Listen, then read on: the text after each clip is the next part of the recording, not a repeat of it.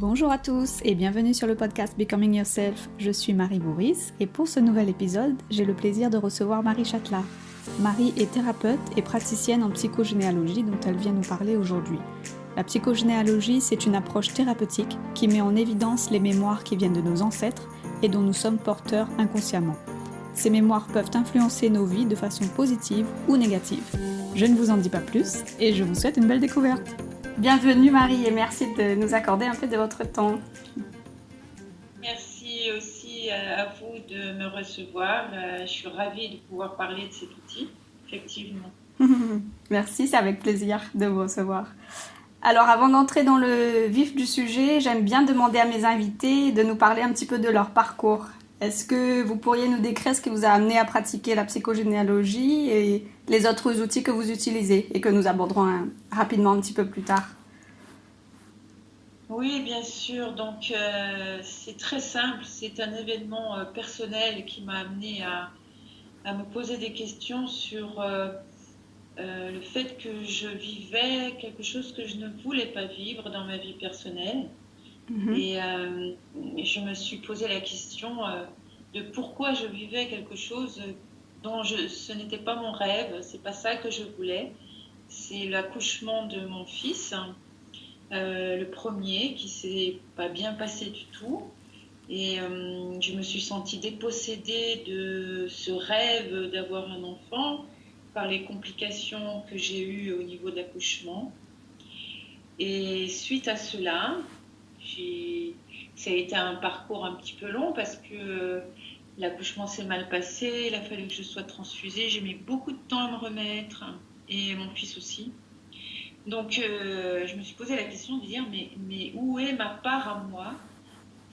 Où est mon rêve? Où est-ce que, dans quoi je me retrouve qui n'est pas ce que je voulais et pourtant que je vivais complètement, et il m'a fallu 1 an pour me remettre.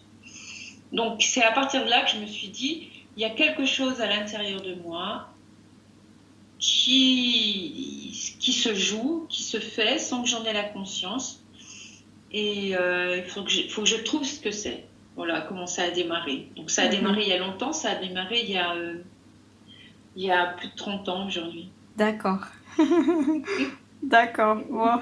C'était vraiment une grosse expérience personnelle. Oui. Et ensuite, vous avez travaillé avec la psychogénéalogie, j'imagine, pour... Voilà, alors, à vrai dire, j'ai failli mourir dans cet événement. Et donc, suite à ça, je me suis vraiment posé les questions pendant 1 an ou 2. Et là, j'ai commencé à m'intéresser à qu'est-ce qui pouvait se jouer à l'intérieur de moi. Et je suis tombée sur, effectivement, ce passé à l'intérieur de moi qui n'était pas conscient. J'appelle aujourd'hui, et je reprends un grand monsieur qui s'appelle Jean-Pierre Thomas Lamotte, un passé que je compensais à travers mon vécu, à travers cet accouchement difficile. Alors, une histoire qui venait de la 4e génération et qui m'est revenue à travers cet accouchement, de mort, d'enfants, etc. Donc, j'ai compris ça à travers la psychogénéalogie. Je suis remontée, j'ai fait mon arbre, je suis remontée avec, bien sûr, en formation, avec des gens qui étaient formés là-dessus. C'est comme ça que j'ai démarré. Voilà. D'accord. J'ai démarré pour comprendre que je portais une histoire qui faisait que j'accouchais comme ça, qui venait de mes ancêtres. D'accord. Est-ce qu'on peut décrire ce que c'est la psychogénéalogie? Alors, est-ce que vous pouvez nous le décrire? Bien sûr, bien sûr. Donc, la psychogénéalogie, c'est mettre en lumière ce que nous portons à l'intérieur sans le savoir. C'est-à-dire, aujourd'hui, les neurosciences le disent, 95% d'inconscient que nous portons sans le savoir et qui nous ramènent à des schémas répétitifs souvent. Alors, pour moi, c'est l'histoire des enfants et des mères, des enfants morts, etc. Mais pour d'autres, ça peut être, par exemple, des histoires répétitives au niveau du couple, des couples qui n'arrivent pas à tenir, des couples où on trouve de la souffrance alors que c'est pas ce qu'on veut trouver.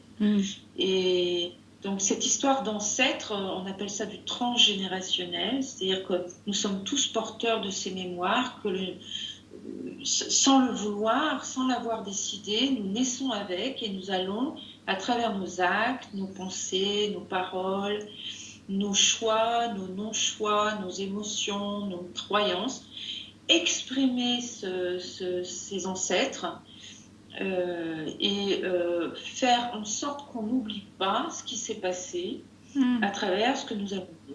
Voilà. Et ces informations, pour qu'on le comprenne, elles sont enregistrées dans les mémoires cellulaires? C'est à tous les niveaux. Aujourd'hui, on sait que c'est à tous les niveaux. Moi, ça fait déjà pas mal d'années que je fais ça, mais on découvre de plus en plus, grâce à cette connaissance du cerveau, à comment il fonctionne, à ses lois, parce qu'il a des lois, dont la survie de l'espèce, c'est-à-dire la survie des ancêtres, inconsciemment à l'intérieur de nous. C'est sa première loi, la survie de l'espèce. Et la survie de l'espèce, elle se fait à travers notre vie et ce que nous vivons particulièrement. Donc, effectivement, il y a toute cette puissance inconsciente des mémoires, donc il y a dans les gènes, mais aujourd'hui on sait que c'est dans l'ADN aussi, depuis 2012. C'est qu'on est porteur de ce qu'on appelle de cicatrices au niveau de l'ADN. On appelle ça un ADN cicatriciel. C'est-à-dire, je vais vous donner un exemple. Ouais. La grand-mère se fait violer. Elle a une petite fille de ce viol qui naît de ce viol. Et c'est l'arrière-petite-fille, sa petite-fille à elle, qui va subir le plus le choc de ce viol à travers soit des problématiques physiques en lien avec l'utérus, en lien avec des problématiques aussi qui peuvent être psychiques. Ça peut faire des psychopathes aussi dans ces cas-là. Donc on sait très bien qu'il y a un résidu qui passe à travers les âges, comme une onde qui passe à travers les gènes, à travers l'ADN, à travers ce qu'on appelle notre corps morphogénétique, c'est-à-dire notre corps énergétique, qui n'est que la représentation de notre corps physique. Ça, les neurosciences l'expriment aussi. On est porteurs tous de ces mémoires. On ne le sait pas, et puis un jour, à un moment donné, à un âge donné, il va y avoir un déclencheur qui va être peut-être un déclencheur qui n'a rien à voir avec ça, mais qui va faire que cette mémoire va s'exprimer. Voilà. D'accord. Oui, c'est impressionnant parce que c'est vrai que quand on commence à travailler sur soi, faire un certain cheminement personnel, c'est pas la première chose sur laquelle on pense à travailler. C'est au fur et à mesure de la guérison et du chemin, je pense qu'on le découvre. Typiquement, qu'est-ce que vous demandez comme information à vos clients en consultation individuelle pour qu'on comprenne sur quelles infos vous travaillez?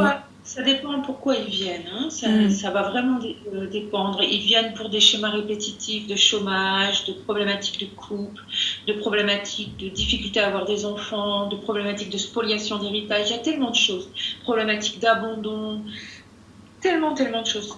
Problématiques aussi qu'on voit encore beaucoup de harcèlement au travail qui se répète sans arrêt, alors que d'autres personnes à côté d'eux qui font le même travail n'ont absolument pas ces mêmes problèmes.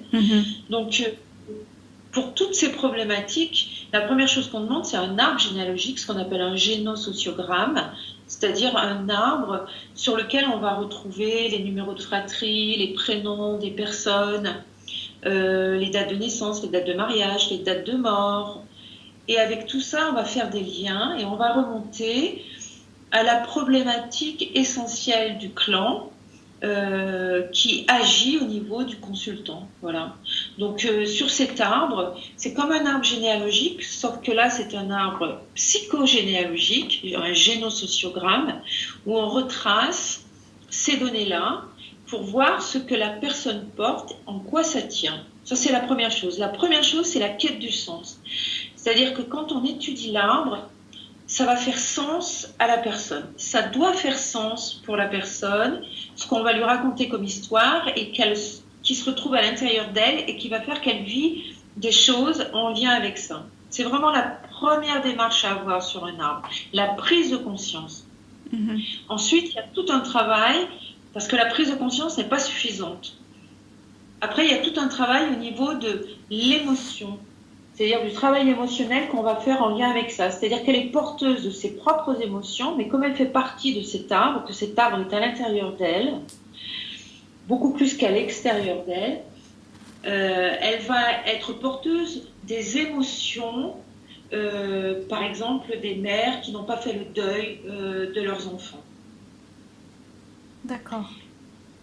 Voilà. Ou elle va être porteuse d'une problématique d'abandon ou d'enfants illégitimes. Parce qu'elles ne se sont pas reconnues, elles se sentent toujours comme le vilain petit canard. Elles cherchent toujours la reconnaissance dans la perfection, par exemple, ou dans l'irréprochable, ou dans l'insoupçonnable.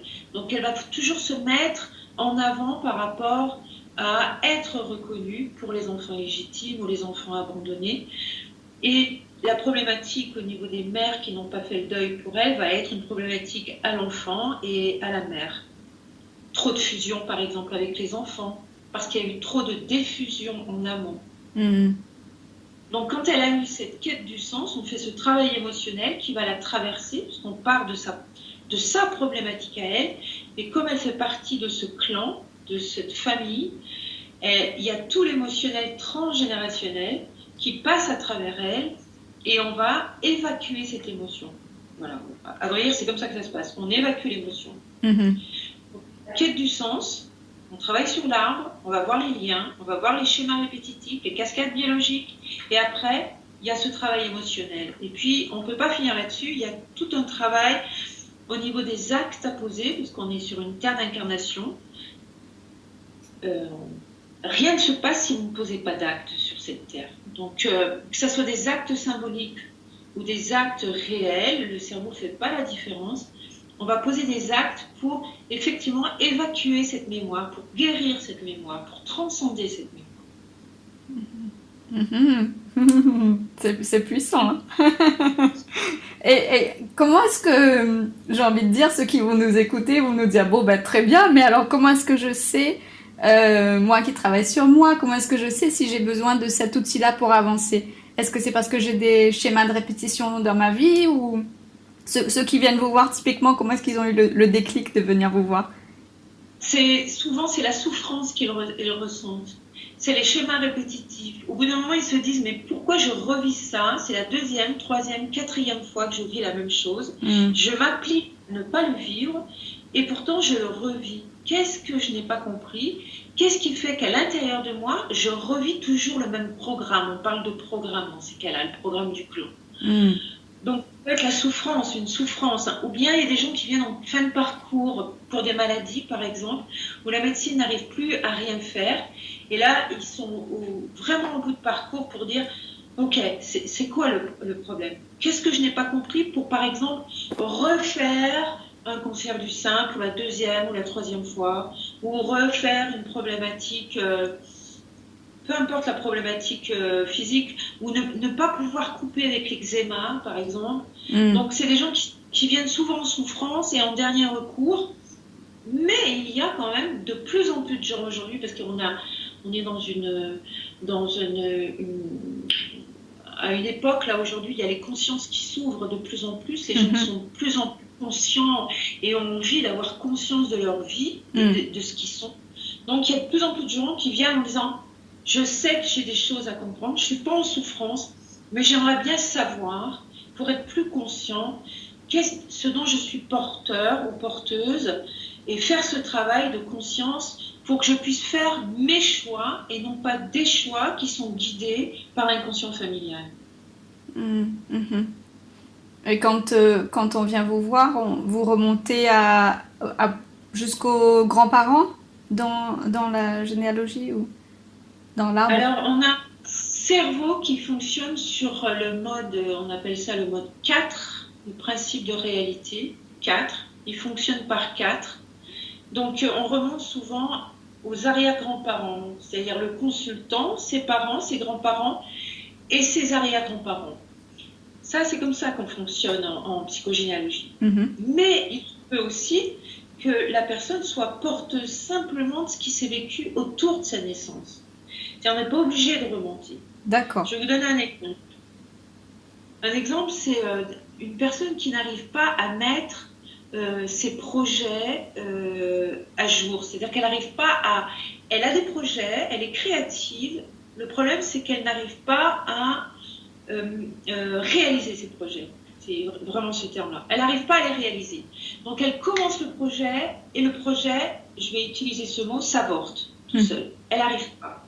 Elle a beau essayer, elle n'y arrive pas. Et là, on se retrouve souvent avec des problématiques qui se sont passées autour de sa naissance, de la grossesse de sa maman, sur des problématiques d'enfants non désirés, d'enfants qu'on a essayé d'avorter, parce que la naissance, c'est un projet pour les parents. On l'appelle, tout ce qui est autour de la naissance, on appelle ça le projet-sens d'ailleurs. Donc c'est un projet, un vrai projet, même si c'est souvent un projet inconscient. C'est un projet qui va déterminer de la manière dont ça va se vivre pour les parents, qui va déterminer les projets de l'enfant et de l'adulte plus tard.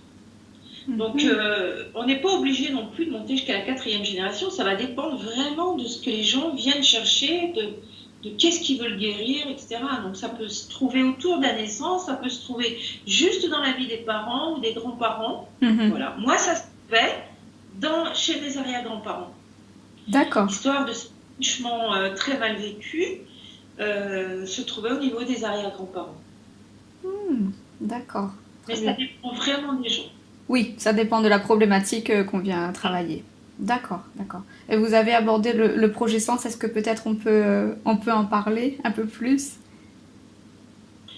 Alors, le projet sens, c'est ce que je suis en train de vous dire. C'est 27 mois autour de la naissance. 27 mois, pourquoi? Parce que il y a moins 9 mois avant la conception, qui est compté comme quelque chose qui va s'imprégner chez l'enfant. Aujourd'hui, on le sait. La première qui en a parlé, c'est Françoise Dolto. Et Françoise Dolto, c'est 1970. À l'époque, ça a fait révolution, c'est sûr. Elle est reconnue à titre posthume, d'ailleurs, Dolto. Mais elle a commencé à parler de ces 9 mois avant la conception, ça fait déjà 9 mois là. De la conception à l'accouchement, ça fait encore 9 mois. Et de l'accouchement au 1 an de l'enfant, ça fait encore 9 mois. Ce qui fait 9 fois 3, 27 mois, déterminant pour l'enfant, où l'imaginal de l'enfant va prendre à 100% pour vrai ce que les parents ont vécu, à tous les niveaux, affectifs, social, au niveau du travail, à tous les niveaux, l'historique aussi, la petite histoire et la grande histoire autour des parents, va être pris à 100% pour vrai dans l'imaginal de l'enfant. Donc ça, Dolto en a parlé, Didier Dumas, pardon, en a parlé, il y a tellement de gens qui se sont penchés là-dessus, et qui fait que aujourd'hui on est capable effectivement d'aider vraiment les gens en revenant sur ces 27 mois pour les libérer d'un projet qui n'est pas le leur. C'est comme si ils mettaient en place des projets, mais qui étaient le projet de leurs parents sans le savoir, pour se libérer du projet des parents et créer leur propre projet. D'accord. Est-ce que vous avez des exemples à nous donner, des projets que les parents ont pu avoir? Oui, par exemple... quelque chose, ça fait longtemps que ça s'est passé, ça, mais quelqu'un qui est venu me consulter pour une problématique asthmatique, donc elle était complètement asthmatique et elle n'arrivait pas à trouver la solution. Et quand on est remonté sur le projet Sens, on s'est aperçu que au moment de sa naissance, c'était 1968, mai 68, c'était en plein Paris, et quand il a fallu rejoindre l'hôpital, il y avait tous les pavés dans la rue et il y avait les bombes lacrymogènes. Ça paraît complètement aberrant. Mais tout le vécu de sa mère qui n'arrivait pas à rejoindre l'hôpital, qui était stoppée avec toutes ces bombes lacrymogènes, tous ces gaz lacrymogènes. Et qui avait du mal à respirer certainement avec tout le gaz. Elle avait énormément de mal à respirer, qui n'avait pas à l'hôpital. Dans l'imaginal de l'enfant, elle a repris l'histoire inconsciemment et ça a créé de l'asthme. Et il y a tellement de choses que je peux vous dire par rapport à... Je pense bien. Je pense bien. Parce qu'il faut savoir que le cerveau ne fait pas la différence entre ce qui est symbolique, réel, virtuel et imaginaire. Pour lui, tout est vrai. Comme il ne fait pas la différence entre ce qui est passé, présent et futur. Pour lui, c'est la même chose. Le passé de sa mère, c'est son présent à elle. Et tant qu'elle n'avait pas pris conscience que ça ne lui appartenait pas, mais ça appartenait à sa mère, elle compensait par l'asthme l'histoire de sa mère. D'accord. Est-ce que c'est clair ce que je dis? Oui, oui, c'est clair. Oui. Oui, complètement. Et en travaillant, là, elle a pu régler son souci d'asthme. C'est vraiment puissant. Je peux donner l'exemple d'une autre personne qui a fait un cancer du sein à 38 ans, qui est venue me consulter. Cette personne, elle déclare un cancer du sein, elle a 3 enfants. Tout va bien avec ses enfants, il n'y a pas de... Alors, c'est le sein gauche, hein. Il faut savoir que le sein gauche, pour le cerveau, c'est le sein de la mère, parce que c'est le premier sein que la mère donne à son petit quand il naît. D'accord. Droitier, pour une droitière. Donc, elle donne son sein gauche. Donc, celui-là va devenir le sein maternant, le sein de la protection maternelle. Et elle déclare un cancer du sein gauche, elle a 3 enfants, elle n'a pas de problème avec ses enfants, sauf que quand elle me dit plusieurs fois, je ne comprends pas pourquoi j'ai ce cancer du sein. Donc on va chercher au niveau des enfants, les enfants sont autour d'elle, il n'y a pas de problématique de manque d'enfants ou de ne pas pouvoir materner l'enfant, mais elle n'arrête pas de me répéter, ce que je ne comprends pas non plus, c'est que je suis toujours dans l'attente. Et elle me dit 3-4 fois, je ne suis que dans l'attente. Et au bout d'un moment, je fais le jeu de mots, parce qu'elle me l'a dit trop souvent. L'attente, L''A2TENTE, on passe à la, L-A, tante. Et là, je lui demande, qu'est-ce qui s'est passé pour votre tante? D'accord. Puisque le cerveau est analogique, le cerveau est holographique. Le cerveau ne fait pas la différence entre symbolique, comme je l'ai dit, réel, imaginaire et virtuel. Donc il joue avec les mots, il joue avec ce qu'on appelle la prosodie, le son des mots. Et là, elle me dit, ma tante, mais je ne l'ai pas connue, elle est morte quand j'étais dans le ventre de ma mère. Ah, qu'est-ce qui s'est passé pour cette tante? Eh bien, c'est très simple, c'était la sœur de ma maman. Elle est morte, elle avait 3 enfants, elle est morte d'un cancer du sein gauche. Elle avait repris la douleur de sa mère, qui perd sa sœur, qui va élever les 3 enfants quand sa sœur va mourir. Elle est dans le ventre de sa mère. Elle va reprendre cette histoire et au même âge, à l'âge de 38 ans, elle déclare le cancer du sein en mémoire de sa tante qui meurt d'un cancer du sein à 38 ans. Donc des histoires comme ça, il y en a des tonnes et des tonnes. Ça fait 25 ans que j'en ai plein des histoires comme ça, mais voilà. Comme je n'ai pas préparé le rendez-vous. Non, c'est parfait, tout est juste. Bien.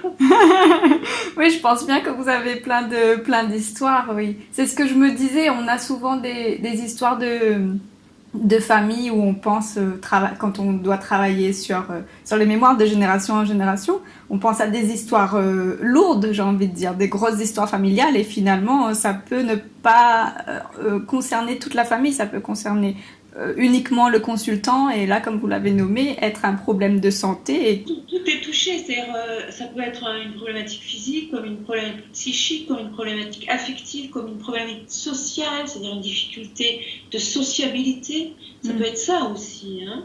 Ah oui. C'est comme si, en mémoire de nos ancêtres, nous essayons, on reprend les mémoires, pas pour nous faire du mal. La vie, elle n'est pas méchante. La vie, elle nous charge de choses pour qu'on puisse comprendre et évacuer ce qui n'a pas pu être évacué. C'est ça que ça sert, les mémoires. Il n'y a pas de fatalité là-dedans. Et c'est pas parce qu'il y a un programme donné qui prend naissance à partir de notre conception, dans le ventre de notre mère, un programme donné inconscient, que ce programme, il n'est pas changeable. Aujourd'hui, on le sait en neurosciences, on sait que les informations qui sont données à l'intérieur au niveau génétique, au niveau de l'ADN, ne sont pas des informations qui sont là pour comme une fatalité et pour tout le temps. On peut aujourd'hui, avec l'épigénétique, c'est-à-dire des informations qui arrivent de l'extérieur, faire en sorte de faire évoluer ce programme, de le prendre d'une manière différente. Oui, je suis heureuse que vous le mentionniez. Ouais. La connaissance, elle est importante là-dedans. C'est-à-dire que quand j'ai la connaissance de mon programme, je vais pouvoir agir dessus. Je vais pouvoir vraiment agir dessus en disant, ok, on a fonctionné comme ça, j'ai fonctionné comme ça. Mais pourquoi j'ai fonctionné comme ça? Parce que tous mes ancêtres ont fonctionné de la même manière. Les mêmes systèmes de croyances, les mêmes émotions, les mêmes actes, tout pareil, sauf que je ne pouvais pas le voir parce que j'étais dans le bocal. Vous savez, un poisson, il ne sait pas qu'il est dans un bocal. Il faut le sortir du bocal pour qu'il s'aperçoive qu'il était dans un bocal avec nous. Ben, nous, c'est pareil. L'intervenant, il est intéressant parce qu'il nous sort de notre bocal et nous permet de prendre conscience, de devenir observateur de ce qui joue. Aujourd'hui, il parle de la pleine conscience, mais ça la rejoint totalement, cette pleine conscience. C'est de devenir observateur, avoir cet esprit vigilant qui puisse dire, ok, c'est quoi là mes actes? Ce sont vraiment mes actes? C'est vraiment ma conscience individuelle où je suis en train d'acter des choses qui ne m'appartiennent pas? Oui, c'est de pouvoir avoir l'intervenant qui prend de la hauteur sur la situation, du recul sur une situation à laquelle nous on est tellement habitués que finalement on pense que c'est la normalité entre guillemets. C'est ça. Et est-ce qu'on peut venir à plusieurs membres de la famille en consultation si on veut travailler une problématique particulière? Ça se fait ou pas? Bien sûr, bien sûr. Parce que ça crée une très belle synergie de venir à plusieurs. C'est-à-dire c'est très puissant au niveau du résultat. Quand, par exemple, deux sœurs arrivent ensemble, ou un frère et deux sœurs, ou une maman avec sa fille arrivent ensemble, effectivement, ça crée quelque chose de très puissant au niveau de la synergie. Quelque chose au niveau... Parce que quand vous venez en consultation en psychogénéalogie, et moi ça je peux le dire aujourd'hui après toutes ces années, vous ne venez pas seul déjà, vous venez avec tout l'inconscient familial. Même si les gens ne sont pas là, qu'il y a juste vous, maman ou votre sœur, tout le reste de l'inconscient arrive. Et c'est tout l'inconscient familial qui, pendant un laps de temps, va bouger. C'est-à-dire les connaissances que vous prenez, les prises de conscience que vous faites, c'est tout l'inconscient familial qui en bénéficie. Qu'il soit mort ou vivant, c'est pareil, c'est la même chose. C'est tout l'inconscient familial.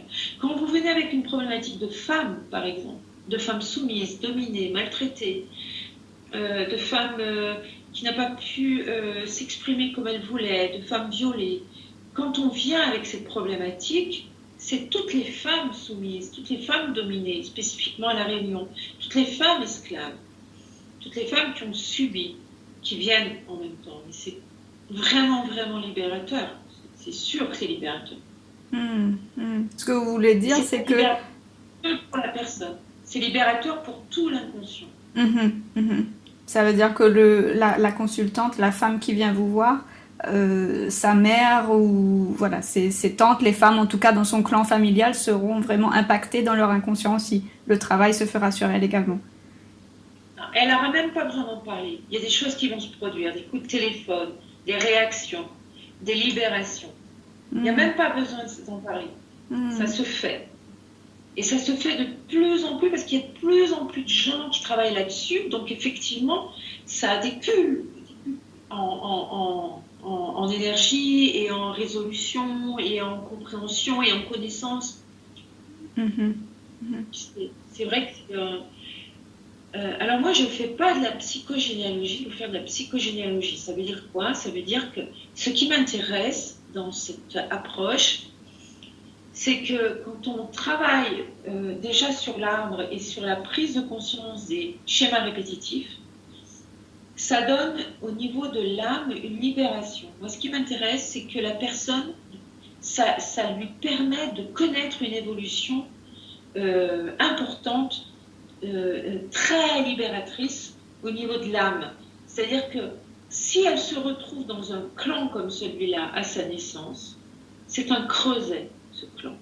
C'est-à-dire qu'elle est là pour travailler des choses qui ne viennent pas que du creuset, mais qui viennent d'elle au niveau karmique, si je peux oser parler du karmique. C'est-à-dire que tout ce qui est clanique est en lien avec le karmique pour moi. Il n'y a pas de coupure, il n'y a pas de rupture. Tout ce qu'elle vient vivre dans ce clan, elle a besoin de ça pour faire évoluer son âme par rapport à ce qu'elle a pu vivre avant. Donc, il n'y a rien d'injuste, il n'y a rien d'inapproprié, il n'y a rien d'imparfait. Tout est parfaitement orchestré quelque part pour qu'elle puisse tremper dans ce creuset comme un gros chaudron, vous voyez, un chaudron, elle va tremper, où ça va pas être facile du tout, parce que quand on est petit, on n'a aucun outil, on n'a rien, il y a des gens qui vivent des choses terribles, affreuses, mais parce que de ça, elle va pouvoir faire naître ou pas quelque chose de nouveau, ou pas. C'est son âme qui aura choisi, si on résume, de venir s'incarner dans ce clan-là pour travailler ses problématiques et évoluer en conscience. C'est ça. Et chacun son histoire, chacun ses problématiques. Il y en a des plus faciles et puis il y en a des beaucoup plus difficiles. Soit ce qu'il doit recevoir pour lui permettre une évolution. Et quand je dis ça, peut-être que ça ne lui permettra pas d'évolution, mais quelque part... c'est comme s'il y avait des portes à passer, il y a des gens qui vont passer ces portes et des gens qui vont avoir beaucoup de difficultés à les passer, qui ne vont pas vouloir les passer. Mais c'est ok, tout est ok, puisque la vie, elle vous aime. La vie, elle vous aime, la vie, elle vous fait des propositions, mais vous les prenez pas. C'est pas grave, elle va continuer à vous aimer. Et peut-être qu'elle viendra frapper à la porte plusieurs fois et voir si vous acceptez les propositions ou pas. C'est ce qu'elle fait par les répétitions, c'est ce qu'elle fait exactement, c'est ce qu'elle fait par les répétitions. Toc. Non, je ne veux pas voir. La prochaine, on va voir si tu reviens. C'est ça. Et en général, ça crie de plus en plus fort. Si on n'écoute pas. Est-ce que ce sont des femmes plus particulièrement qui viennent vous voir ou vous avez un petit peu 50-50 avec les hommes? Alors, j'ai eu beaucoup de femmes. Et effectivement, il y a 90% de femmes. Oui, je pense. Que depuis, je dirais, 5 ans, il y a de plus en plus d'hommes qui viennent. D'accord. Alors, on n'a pas encore un 50-50, mais c'est vrai qu'aujourd'hui, quand même, on est passé de 90% de femmes, je dirais même 95, à 80% de femmes et 20% d'hommes qui viennent. D'accord. Oh, c'est bien. Mais bon, il faut savoir aussi que les hommes ont des approches différentes que nous. Donc, c'est pas... Ils vont avoir plus d'approches, par exemple, ou de facilité par rapport au coaching, à la PNL, des choses comme ça. Ils vont aller plus sur des choses comme ça. Oui. Donc, on ne peut pas non plus en faire quelque chose de général, ce que je suis en train de dire. Oui, complètement. Ouais. On parlait d'autres outils que vous utilisiez. Vous travaillez aussi avec la psychobio. Est-ce que vous pouvez nous expliquer un petit peu ce que c'est? Alors, la psychobio, c'est un outil que je trouve assez extraordinaire, qui évolue de plus en plus aussi. Moi, quand je l'ai rencontré, c'était en 2002, donc vous voyez, ça fait quand même pas mal de temps. C'est un outil vraiment en évolution et de plus en plus, qui intéresse de plus en plus de gens, c'est-à-dire que ça met en relation les émotions, le psychisme, la pensée et les émotions avec le cerveau et le corps. C'est-à-dire que dans la psychobio, on part du principe que la plupart des maladies sont déclenchées par des chocs émotionnels, des traumas, des chocs émotionnels ou des chocs émotionnels mais répétitifs. C'est pas obligé que ce soit un trauma, ça peut être un choc répétitif, ça peut être des répétitions simplement ou ça peut être un vrai trauma. Où là, il va y avoir effectivement, par la pensée et l'émotion, quelque chose qui va se passer dans le cerveau et qui, au fil du temps, si ce n'est pas nettoyé, va se transformer en maladie. Que ce soit une maladie psychique ou une maladie physique, ça va se transformer. Donc, le travail en psychobio, c'est de revenir sur l'organe et la fonction de l'organe C'est-à-dire, un sein, ça sert à donner à manger à un petit. Hein. Sa première fonction, c'est ça, si je veux revenir sur l'histoire du sein. Le sein gauche, pour les droitières, c'est le maternage à l'enfant. Et le sein droit, c'est le maternage au partenaire, par exemple. C'est de la protection familiale, le sein. Voilà. L'utérus, pour une femme, ça sert à faire quoi, un utérus? Des petits. C'est de la nidification. C'est là que le nid se fait. Donc, c'est la fonction, hein, c'est la fonction de l'organe sur lequel on va s'attacher pour pouvoir décoder la maladie, pour pouvoir aider la personne à se guérir de son conflit intérieur, puisqu'on parle de conflit intérieur. À vrai dire, ce qui nous rend le plus malade, c'est pas l'alimentation, l'alcool, la cigarette, je vais faire bondir des gens. Ce qui nous rend le plus malade, c'est nos conflits intérieurs, conscients et inconscients. Ça ne veut pas dire qu'il faut manger n'importe quoi, boire n'importe quoi, fumer n'importe quoi. Ça ne veut pas dire ça, hein. Oui, ce que vous voulez dire par là, c'est que souvent, bien qu'on ait une alimentation saine et une bonne hygiène de vie, et qu'on a des conflits intérieurs conscients et ou inconscients, eh bien ces conflits vont jouer un rôle important dans le fait de tomber malade. Mais ça ne veut dire en aucun cas qu'on peut manger, boire ou fumer n'importe quoi, clairement. Surtout que de nos jours, on a pleinement conscience de l'impact de l'alimentation et de l'hygiène de vie sur le corps. Vous savez, il y a une grande dame qui est morte il y a quelques années, il n'y a pas très longtemps, très âgée d'ailleurs, elle est morte, qui s'appelle Anne Ancelin-Stuttenberger, qui était une grande psychiatre à Nice et qui a démarré la psychogénéalogie parce qu'un jour, elle était à son cabinet et sa secrétaire lui dit « Madame X ne pourra pas venir aujourd'hui, elle est en phase finale de cancer du sein gauche. Donc, elle ne pourra pas venir. » Et là, Anne Ancelin-Stuttenberger a décidé d'aller voir cette femme. C'est écrit dans ses bouquins. Elle a écrit un bouquin, plein de bouquins. Donc, c'est écrit dans son premier bouquin. C'est comme ça que la psychiatre est devenue psychogénéalogiste.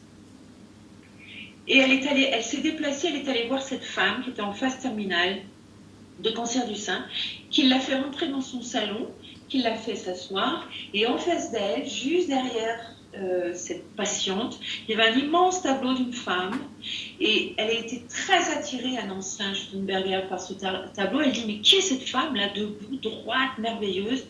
Elle lui dit « Mais c'est ma mère. » Elle lui dit « Mais de quoi est morte votre mère ?» Eh bien, elle est morte d'un cancer du sein gauche. Et là, ça a été un déclic pour Anne Ancelin, qui lui a dit « Mais c'est la même chose, quoi. Elle est en train de mourir pour sa mère. Elle est en train de rester en fidélité familiale pour sa mère. » Donc, elle lui a dit « Mais qui va venir arroser la tombe de votre mère si vous mourrez ?» Et cette petite phrase de rien du tout a réglé le conflit intérieur de cette femme qui n'avait pas fait le deuil de sa mère. Donc, c'est vraiment nos conflits intérieurs qui nous rendent malades.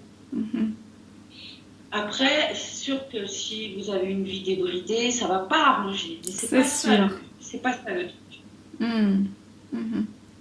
C'est intéressant. Donc, la psychologie, c'est on regarde l'organe, on regarde la peau. À quoi sert la peau? La peau, c'est la première chose qui rentre en contact avec l'autre. C'est vous voulez toucher l'autre, vous n'allez pas le toucher par l'intérieur de votre corps, par vos intestins par exemple, d'accord, ou par votre cœur à l'intérieur. Non, physiquement, la première contact que vous avez avec l'autre, quand vous le prenez dans ses bras, c'est votre peau. Donc la peau, c'est ce qu'on appelle un conflit de séparation. Quand vous faites de l'eczéma, eczémé,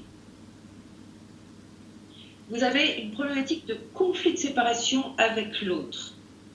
Vous comprenez? Oui. Tous les problèmes de peau sont, après ça dépend où ça se trouve, comment c'est, si c'est des vitiligo, si c'est de l'eczéma, si c'est du zona, etc. Ça dépend après. Mais la base de la peau, c'est le conflit de séparation. Donc il va falloir guérir ce conflit intérieur de séparation.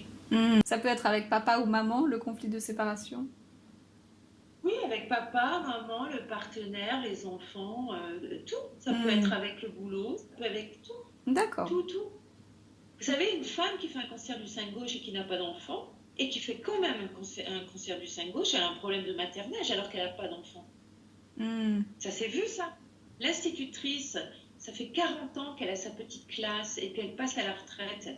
Ses enfants, elle est vieille fille et ses enfants, c'est sa classe, ce sont ses petits bambins. Quand elle arrête, elle déclare un cancer, je l'ai vu ça, c'est pour ça que j'en parle. Elle déclare un cancer du sein gauche. Elle ne peut plus materner ses petits piou-piou. Non. Ah oui, ça va loin quand même, c'est fou. Eh ben, ah oui. Et vous avez mentionné le concept de fidélité, de loyauté au clan. Oui. On parle souvent de ça dans le transgénérationnel et j'ai trouvé intéressant que vous en parliez parce qu'on n'en avait pas parlé jusque-là. Oui. On est inconsciemment fidèle à son clan par la loi de la survie de l'espèce.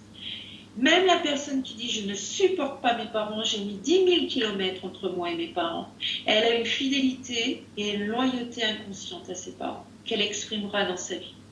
Même si elle est dans le déni de ça, elle va l'exprimer. Parce que c'est pas elle la plus forte, c'est pas son conscient, c'est son inconscient à 95%. Vous pouvez mettre 10 000 kilomètres ou 20 000 kilomètres, le cerveau archaïque, il n'en a rien à faire. Lui, sa fidélité, elle est là, il fonctionne comme ça. Heureusement qu'on a mentionné tout à l'heure, ce n'est pas une fatalité. On peut travailler là-dessus. Bien sûr.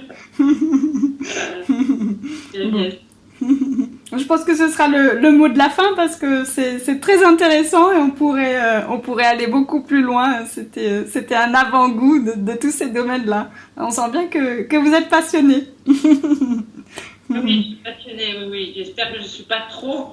Ah non. Mais c'est vrai que c'est une voie magnifique. Il y a plein d'outils magnifiques que moi je n'utilise pas. Il n'y a pas que la psychogénéalogie ou la psychobio ou le projet-sens ou le mouvement oculaire. Tout ça, c'est juste que moi, ma voie c'est celle-ci, mes outils ce sont ceux-là. C'est comme ça que je me suis sortie de là où j'étais et c'est simplement ça. Et pourvu que ça puisse, c'est surtout ça, faire évoluer la personne, la sortir de là où elle est pour pouvoir vivre autre chose que ce qui est engrammé à l'intérieur. Voilà, c'est juste le but. Merci infiniment, Marie. Merci à vous et puis j'espère que j'ai été suffisamment claire pour cette interview.